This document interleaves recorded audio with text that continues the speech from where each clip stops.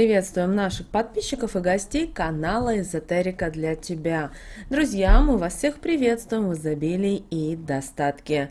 Сегодня в этом видео мы поговорим о подарках, поговорим о предметах, вещах, которые нельзя дарить и принимать в дар. Что это за такие подарки и почему они имеют плохую энергетику, далее в этом видео. А прямо сейчас подпишитесь на канал Эзотерика для тебя, ставьте лайк этому видео, обязательно в комментариях под этим видео напишите: сегодня мой день и удача мне улыбается.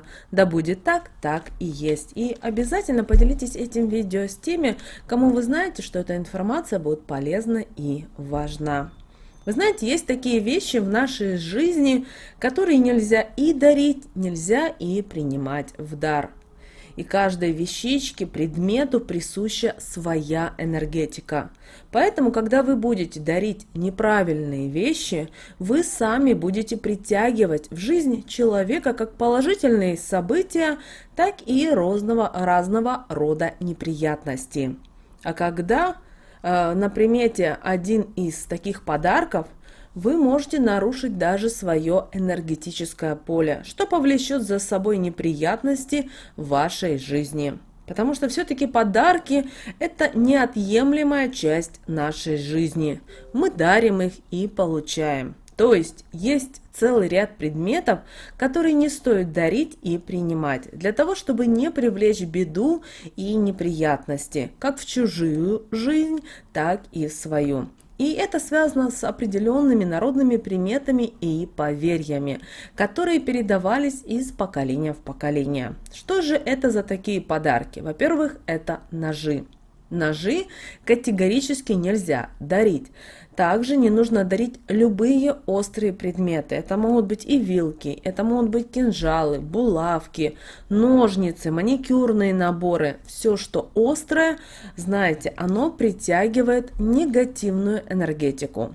Они привлекут к вам и к новому владельцу только одни неприятности. Такие подарки передают плохую энергетику, которая в большом количестве сосредотачивается на острие такого предмета. И подарив такой подарок паре, вы можете даже разрушить семью. Поэтому, принеся такой подарок в дом, вы подвергаете всю семью на неудачи. Если вам все-таки преподнесли подарок такого рода, вам обязательно нужно отдать за него несколько копеек. Таким образом вы сможете нейтрализовать плохую энергию, как бы купив эти вещи.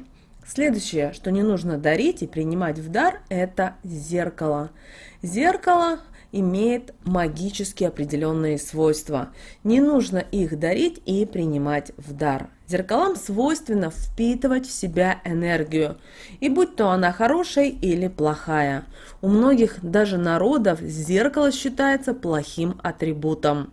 Особо опасными считаются старинные зеркала, так как они впитали в себя и хранят энергетику всех тех людей, которые пользовались ними из поколения в поколение. Также опасными считаются зеркала, которые имеют острые углы, и зеркала, которые были в пользовании, особенно у людей, которые старше вас. Такие зеркала нельзя принимать в дар ни под каким предлогом, так как очистить их от плохой энергетики просто невозможно. И такой подарок вам принесет только беды. Дарить зеркало также нельзя, так как с ним вы дарите человеку и свою энергию, а это приводит вас к неудачам. Зеркала, принесенные в дом, принесут вам неприятности.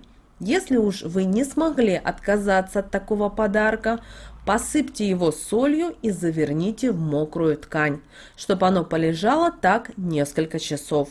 Потом сотрите соль, выставьте его за окно и покажите ему солнце, деревья.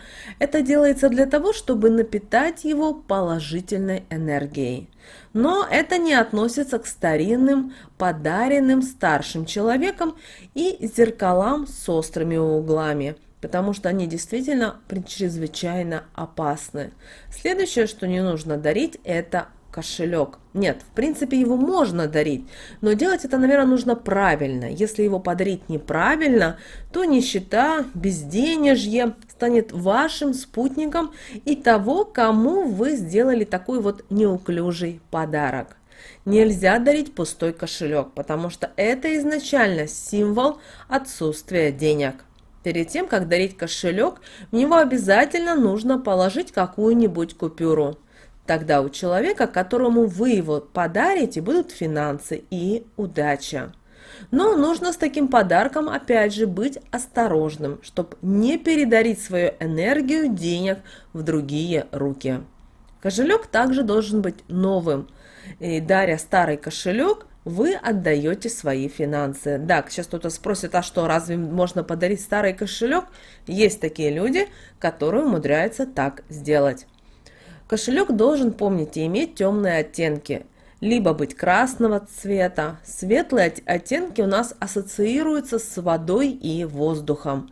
И деньги в таких кошельках просто не задерживаются. Если вам вдруг принесли в подарок пустой кошелек, попросите положить туда купюру, чтобы нейтрализовать энергию бедности. Следующее, что не нужно дарить, это часы. Часы дарить нельзя. Этот подарок имеет очень глубокое сакральное значение. Часы символизируют не только время, но и его ограничения. Запомните эту важную информацию. Поэтому, когда вы дарите часы, вы как бы ограничиваете время человека в этой жизни, которому делаете такой подарок.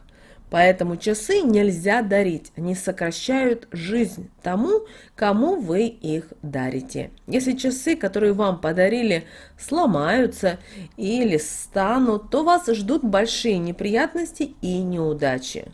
Ни в коем случае нельзя дарить часы пожилым людям, так как это может навлечь на них беду. Если вы надумаете подарить часы близкому человеку, то знайте, что это может привести к частым ссорам, а в будущем может даже и к расставанию.